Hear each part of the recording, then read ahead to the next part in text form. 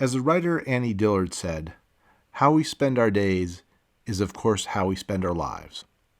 And the reality is, we spend a lot of time working. About a third of our waking lives, according to some estimates. It can make choosing a career feel both momentous and daunting, especially for students facing the question for the first time. I've been in conversation with my students for a long time, and the conversation in office hours really boiled down to, I don't know what's going to happen when I graduate. I'm scared, and can you help me launch?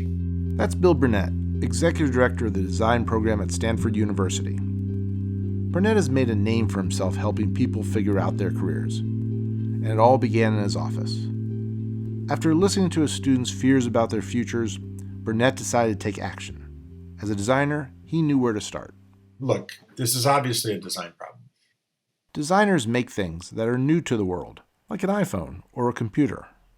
It's not relying on data or prior knowledge like something that's engineered. But for Burnett, the unknown is exciting. We know how to do that. We know how to make something that's never existed before. Burnett got to work. He created a prototype, which is basically a fancy way of saying he tested out an idea. He brought together a group of his seniors and began to conduct a series of conversations about careers. What eventually emerged was a course that would soon become one of the most popular ones at Stanford, Design Your Life. The course is rooted in the idea of a clean slate, that the students can junk the expectations that they have set for themselves or have been set for them by family or by our culture around work. Nobody's telling the students the truth, right? That this is a big, messy process. So Dave and I have a rule. We do not should on our students. There's no shoulding in the class. You should want to save the world. You should go into engineering because that's where all the jobs are. You should become a lawyer because they make a lot of money. We don't do any of that. We let the students figure it out. We just give them tools and we blow up all these bad ideas they have that aren't true. There are, of course, many different views on how we should work. The great German sociologist Max Weber thought of work as a calling, a duty inherent to the capitalist system. The great American sociologist Todd Rundgren, on the other hand, has a different view.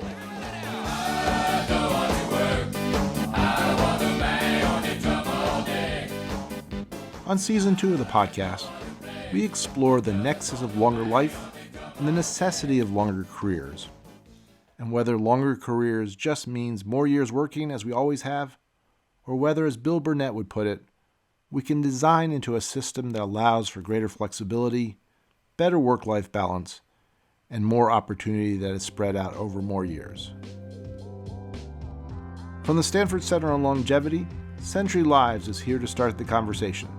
I'm your host, Ken Stern.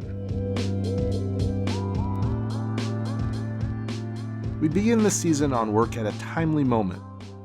It's no secret that the very idea of work is under scrutiny. According to Gallup surveys, most Americans work more than 40 hours a week, a figure higher than any other developed country in the world. As life expectancy has lengthened, so have careers. So it is not entirely surprising that, again according to Gallup, less than 50% of Americans are satisfied with their jobs. But the culture is changing too. We've all seen signs in front of shops, restaurants, and factories. We're hiring. Help wanted. 4.3 million Americans quit their jobs in December of 2021, and that is down from a record high of 4.5 million in November. Some are calling it the Big Quit. Others, the Great Resignation. It's hard to know what will come out of the Great Resignation. Is this a passing moment, or the beginning of a fundamental change in the relationship between Americans and their work? And is this upheaval impacting the younger generation that's about to enter the workforce? Let's go back to Bill Burnett for a moment. During our conversation, he mentioned something that stuck with me. Burnett noticed that his students' career priorities seemed to be shaped by events taking place outside of the classroom, notably the 2008 financial crisis. Your parents were having hushed conversations in the bedroom. The 401k had evaporated. Maybe dad or mom lost their job. And you're kind of a depression era baby in a way, right? Those students, that hit the campus 2010, 12, 13, 14, financial stability and finding a job was now number one on their list. Which makes sense, right? I mean, they went through the Great Recession. We're starting our exploration of work and longer lives with students who, whether they know it or not, are taking the first steps along a career path that could easily run 5 or 6 decades. So how are students today thinking about their careers in the context of a very uncertain and chaotic world? We sent Aaron Slomsky-Pritz, one of our producers, to Stanford to find out. Hi, Aaron. Hi, Ken. Welcome back from Stanford. Where should we begin? I'd like to start in the classroom. Education in the 21st century, what that might look like as people live longer and work longer. While I was at Stanford, I sat in on Psych 102, which is a class that focuses on longevity. Professor Mitchell Stevens will be here in just a few minutes. But just to Today's class was taught by Mitchell Stevens, and Ken, you may actually remember him from our first season. He's a sociologist who focuses on education. I do remember Mitchell. Excited to hear him again. Okay, we're going to set the scene here. It's January of 2022. This was when the Omicron variant had led many schools to begin the new year with remote learning. I joined this class a week students returned to in-person instruction. Hello. Maybe many of us have started to accept the new norms of uncertainty around gathering. And I thought I had. But being back in a college class 10 years after graduating, it really hit me how much has changed. I felt like I was in 2 time periods at once. On the one hand, the space felt familiar. 40 or so students, sitting close together, chatting, but there were also reminders that things are really different. Everyone was wearing masks, and I just kind of got this sense that people were feeling out how to be together again. And Professor Stevens even spoke to this. He made a point to acknowledge the significance of gathering again, in a way I can only describe as college. One of my favorite social scientists, a guy named 𝐕𝗲𝗓 𝗕𝐂𝐬𝐬, he was one of the first people to identify the kind of special magic that happens through physical co-presence. He called it collective effervescence. Collective effervescence. The particular group energy that people feel when they come together around a shared purpose. Professor Stevens then divides the students into groups and... Ready? Row, row, row your boat gently down the stream. Merrily, merrily, merrily, merrily, life is but a dream. Okay, great. You know, Aaron, it's been an awfully long time since I've been in college, but I'm pretty sure we didn't do row, row, row your boat back then. But I see where you're getting at. Being in person has a really different kind of resonance now because of the isolation we've experienced in the pandemic. Absolutely. And again, I was curious to see how students were taking in all these changes as they thought about their careers. Before we get to the students, let me just ask, was there anything from the day's lecture that stuck with you that's relevant to today's episode? Yeah, being at Stanford, I knew the students I was going to meet with had a leg up on people who don't have a college education. But I didn't realize that the bachelor's degree advantage is actually a relatively recent development in American history.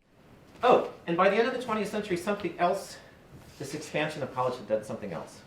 It had created a really important dividing line in American life between those who could expect reasonably secure lifelong employment, stable relationships, and relatively healthy, longer lives from those who could not. If I'm not mistaken, Professor Stevens is talking there about the increased college enrollment that was made possible because of the GI Bill, which we generally talk about very favorably as one of the great educational achievements of the middle of the last century. So how did it play a role in furthering inequities? Great question. Employers played a big part in creating this disparity. Here's Professor Stevens again. One of the things that occupations figured out beginning in the 19th century, most famously physicians and lawyers, was if you created floors of educational criteria, the prestige of your occupation went up, right? It's like a barrier to entry, right? It's like a velvet rope in a nightclub, right? If you can only get a job if you have a 4-year college degree, the status of the job goes up. It sounds like employers took advantage of college expansion in America by requiring 4-year degrees. Yeah, exactly. as a way to enhance their own status. And it's actually at this moment in the lecture that I see the first student I want to interview. The tape I'm about to play next is a little hard to hear because the student was in the back of the class and I was sitting up front. But she rightly points out that many of the people who were eligible for college education through the GI Bill were white, which in turn denied people of color access to jobs. Therefore, a lot of black people hadn't caught up to the access to get into college through the GI Bill or through acceptances, or they didn't have the capital to pay for it. So you could discriminate and give white people who had gone to college the better paying jobs and thus keep minorities in the lower working class. It's as if you've thought about this before. I got the impression that this student was someone who had thought a lot about work, identity, and access. So after class, I introduced myself, and she agreed to an interview for the podcast. Great. Who is she? Her name is 𝗲𝗲. She's a senior and about to graduate, so really just the person we want to hear from. I'm excited to meet her. You should be. She's a joy. I met 𝗲𝗲 later that day in her dorm room. So, I love 𝗲𝗲. There's no other place I want to spend my senior year. 𝗲𝗲 lives in the 𝗲𝗲 house, one that's dedicated to celebrating and understanding African American communities and those of the Black diaspora. 𝗲𝗲 means extended family. And it became clear right away that 𝗲𝗲, very naturally, was oriented around helping people feel welcome. Can I offer you a beverage? I think I have some sparkling water. I have snack. I'm very much a mom figure, I guess. Very quickly, we got into her family story and her earliest ideas about work. So, can you talk to me a little bit about, what do you understand of, your parents' careers and your grandparents' careers? What did they look like? So, in terms of parents, it's me and my mom. And my little sister, and mom is a teacher, and I grew up knowing that teaching is one of the most noble things you could do. It's also one of the most important things you could do. And then my mama's mama, Grandma Deborah, is also a teacher, and my Grandma Deborah was the first person in her family to go to college because we're from Louisiana. Pretty much my whole lineage is from Louisiana as far as we can trace back, and there weren't a lot of opportunities for Black people. I am Black. In Louisiana and in the South. So before Grandma Deborah, our whole lineage, I know Grandma Deborah's dad worked at the sugar mill for decades until he retired. And then before that, our family was sharecroppers and slaves. I'm slave descendant Black. And what ideas about work did you grow up hearing from your mom, hearing in your house? This is what's important, or this was my experience, whatever comes to mind.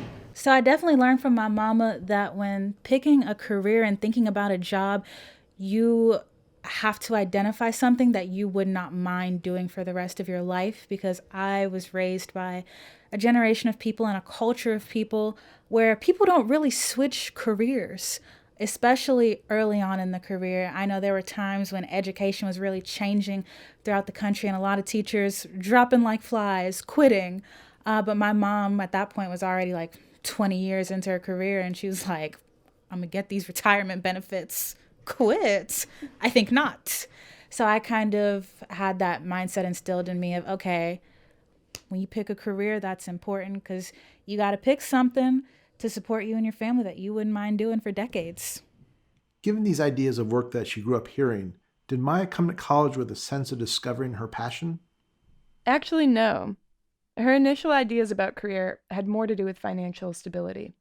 Again, I'm from Louisiana, and in Louisiana, folks are not as fortunate. Folks are not as privileged. They don't have access to as many resources as we do out here in Palo Alto, California.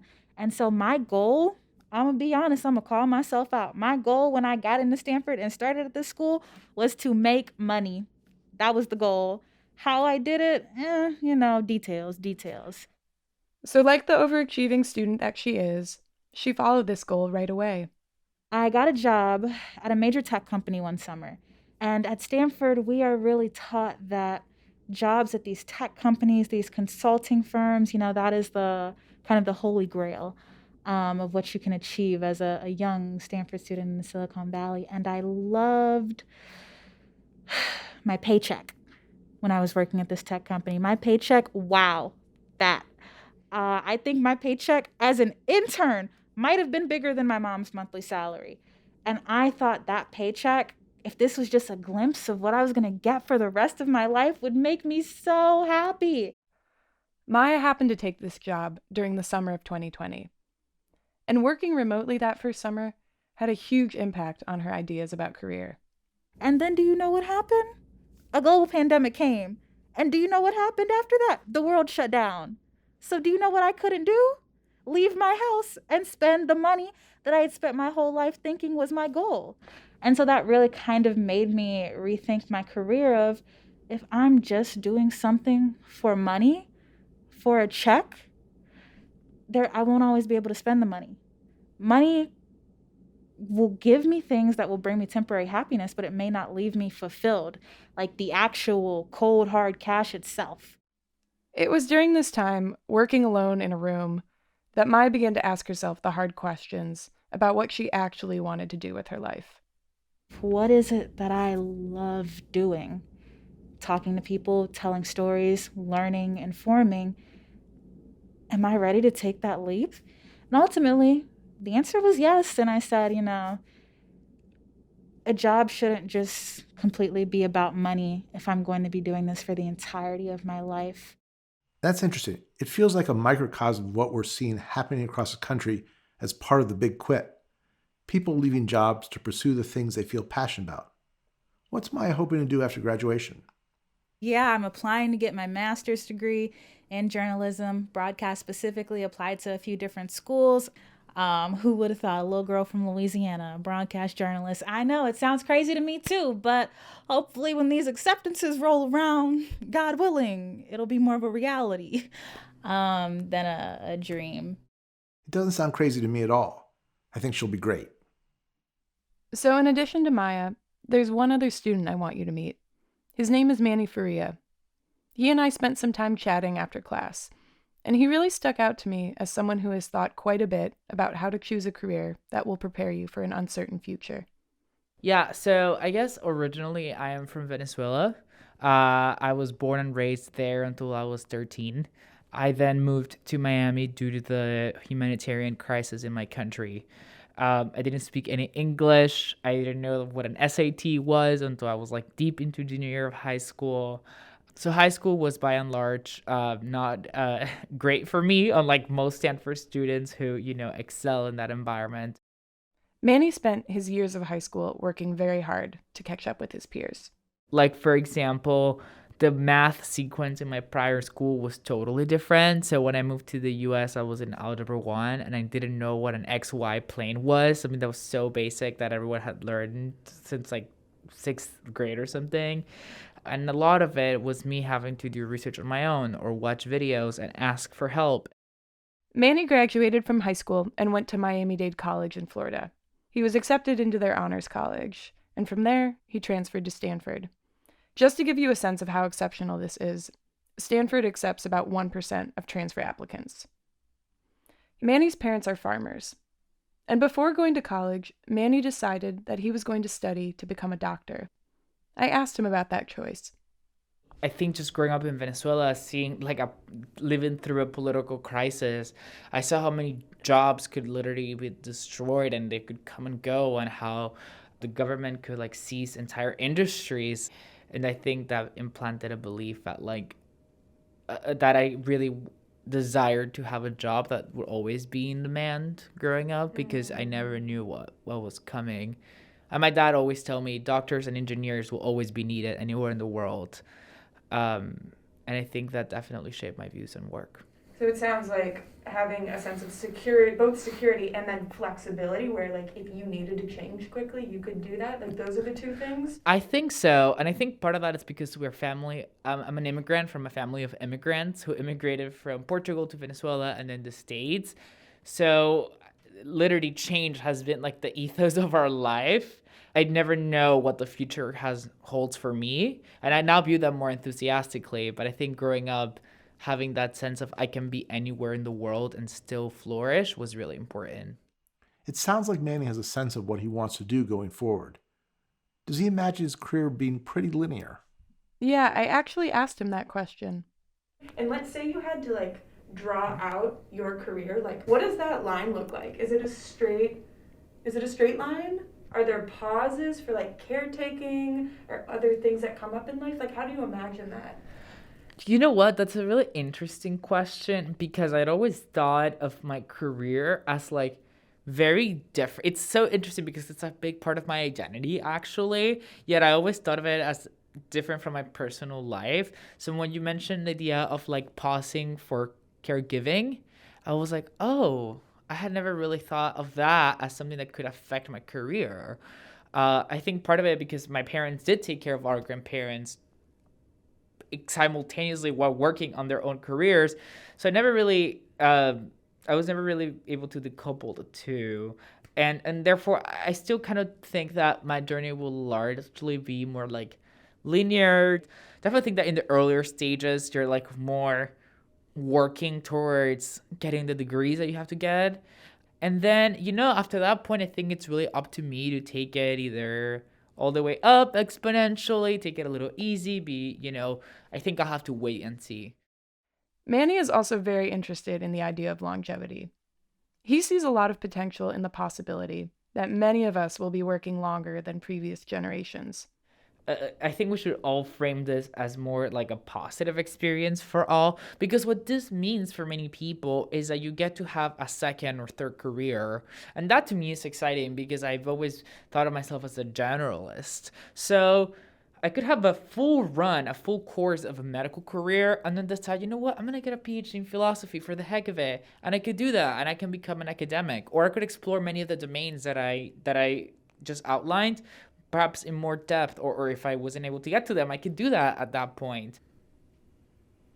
Aaron, you spoke with a number of students, including Manny and Maya. What did you take away from all these conversations? What stood out to me is that all the students spoke in some way about the importance of stability when they imagined their careers. In a way, they are not so unlike Professor Burnett's first students, the ones who grew up in the midst of the financial crisis. My sense is that they're doing everything possible to prepare for the uncertainties of the future. But when I look ahead, it's really hard to imagine how one can prepare for a career that may very well stretch a half-century or more. What did you hear, Ken? Well, what stood out to me is that both the students spoke about their careers as relatively straight lines. It seems like they're still playing under some of the same old rules of work. Their answers aren't all that different from ones I would have given in 1985. Better, of course, but similar in spirit. I even mentioned that to Bill Burnett during a conversation, and apparently just about everyone has that idea about their careers when they first graduate. And they think it's going to be a straight line. We out all the statistics. So we say you're going to have at least 3 different careers, and the data says you're going to have at least 17 to 25 jobs. According to Burnett, when his students learn this, it's a pretty big surprise to them, but it also can be a relief. Because it takes the pressure off the first choice. I mean, remember when you're 22, the world looks pretty linear to you, and you don't know that person you admire, who's the lawyer at the law firm, or the private equity person, or the venture capitalist, or the social entrepreneur. You don't know that they were clueless at 22. And this should be reassuring news to workers across the lifespan who are trying to navigate careers in a changing world. This whole idea, people say, I'm 45, I can't change. Or I'm 55, I can't change. Or I'm 35, I can't change. You're not too late. You will express yourself into the world, and things will happen, and you will be smart, and you'll figure it out.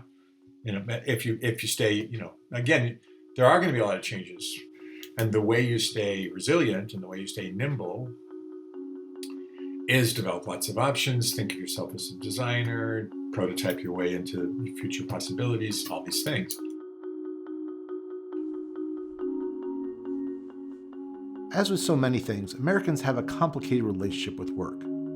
We spend on average 90,000 hours of our lives at work, a number that is likely to increase as we live and work longer. It's a formidable figure, one embraced by people like the great scientist Stephen Hawking, who said, "Work gives you meaning and purpose, and life is empty without it." But it is likely that more people will nod their heads when they recall the quotation popularized by the late U.S. Senator from Massachusetts, Paul Tsongas. No one on his deathbed ever said, "I wish I had spent more time in the office." Over the next 6 episodes, we're going to explore the future of work and how the 90,000 hours or more that Manny, Maya, and their contemporaries will commit to work can be rewarding ones and the appropriate partner to the time they will invest with family, friends, their community, or even just themselves.